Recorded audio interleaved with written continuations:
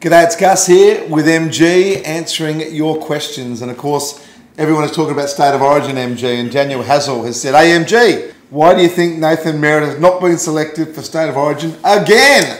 Yeah, top of the table. Look, yeah, I know. We've got 2 games at ANZ this year. He scored upteenth amount of tries there. It's his home ground. I think it might be a height issue, if anything. If I'm trying to scratch around and find an excuse, I think it might be because the outside backs of Queensland are really good leapers. And look, Ferguson and Morris are both pretty big leapers. I think he's unlucky again, geez, I really do.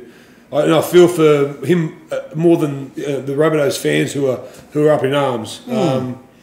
But look, if I was a Rabbitohs supporter, I'd look at it this way. At least this is the year you might win the competition for the first in 40 years, and you want every good player on deck. I know it's not much consolation for Nathan for missing out, but this is you got a red hot chance of winning the comp this year, and look at it as a bit. Is he the next one? Is he the next one picked? Let's say, touch wood, nothing happens to our wingers, but one of the wingers gets injured in Origin 1. Is he the next man in, or is Uarte ahead of him? Merritt. Well, let's hope so. Greg Eccleston says, "What has Tim Grant done wrong to be dropped for the Blues?" I agree. He's been great for Penrith the last 3 weeks. He has been. He stepped up. And coincidentally, since he stepped up, Penrith have won 3 or 4 games. He's playing 65 minutes.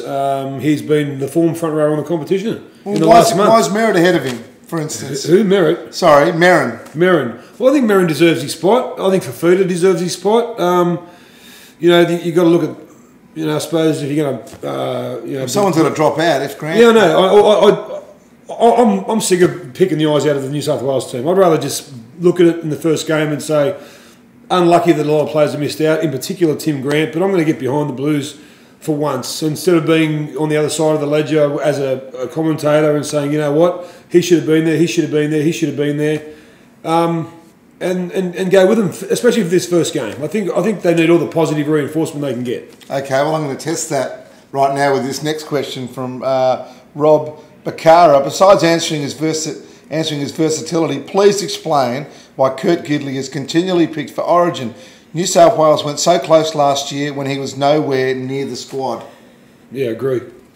You just said you're going to get behind. John Sutton should be the interchange forward, the interchange in a utility.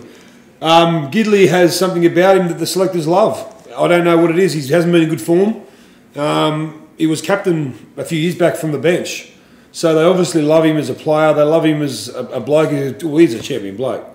But champion blokes don't always win Origin games for you. Matty Johns, who obviously we did a show with on the Grill team on Triple M, said there's not a tougher bloke. He's super tough, Kurt Gidley. And he can play anywhere. As Rob said, besides answering his versatility, well, that's basically his main attribute, his versatility.